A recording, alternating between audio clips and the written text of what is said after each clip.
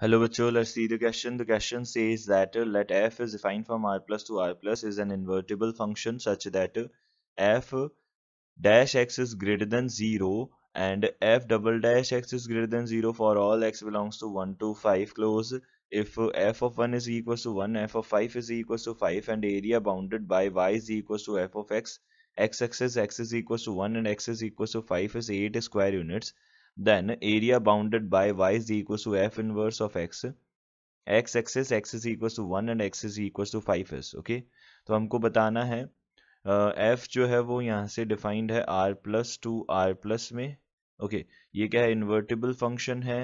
और f dash x हमको क्या गिवन है, f डैश x जो है वो हमको ग्रेटर देन 0 गिवन है and f double dash x जो है वो greater than 0 for all x belongs to, यहाँ पे हो जाएगा 1 to 5 है। ओके, अब हमको बोला है एफ ऑफ 1 जो है वो किसके इक्वल है, 1 के इक्वल है एंड एफ ऑफ 5 जो है वो किसके इक्वल है, 5 के इक्वल है। तो इसका एरिया हमको बताना है। ठीक है, देखो सबसे पहले हम ग्राफ ड्रॉ करने की कोशिश करते हैं इस फंक्शन का।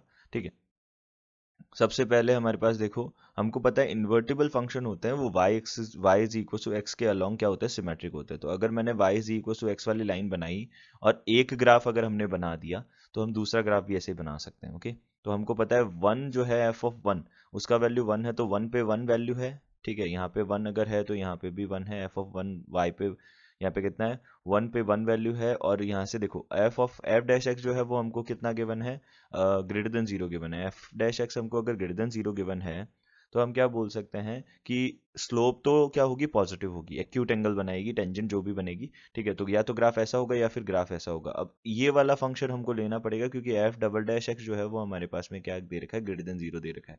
तो हम यहाँ से क्या बोल सकते हैं, सीधा सीधा हमारा ये क्या हो जाएगा, इसका ग्राफ हो जाएगा। कहाँ तक चला जाएगा ये बन जाएगा 5 तक। ठीक है, तो यहाँ तक 5 तक आ जाएगा ये।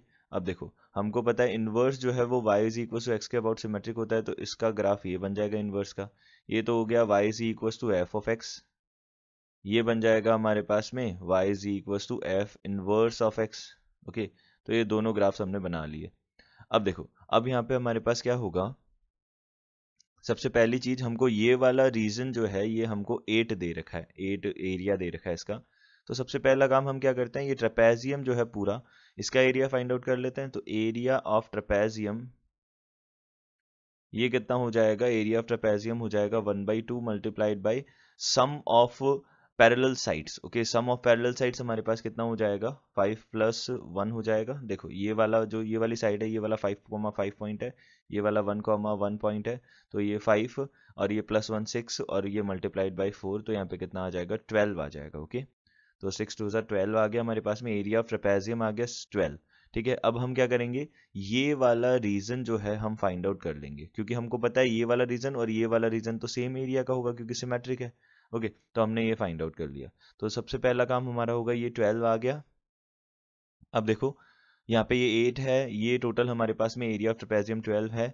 तो ये वाला शेडेड रीजन है वो हम देखते हैं, शेडेड रीजन जो ग्रीन से शेडेड रीजन है वो हम देख रहे हैं। तो वो कितना हो जाएगा हमारे पास में, 12 माइनस 8 यानी कि 4 हो जाएगा। ओके, तो ये वाला रीजन कितना आ गया, 4 आ गया और ये वाला भी 4 आ गया।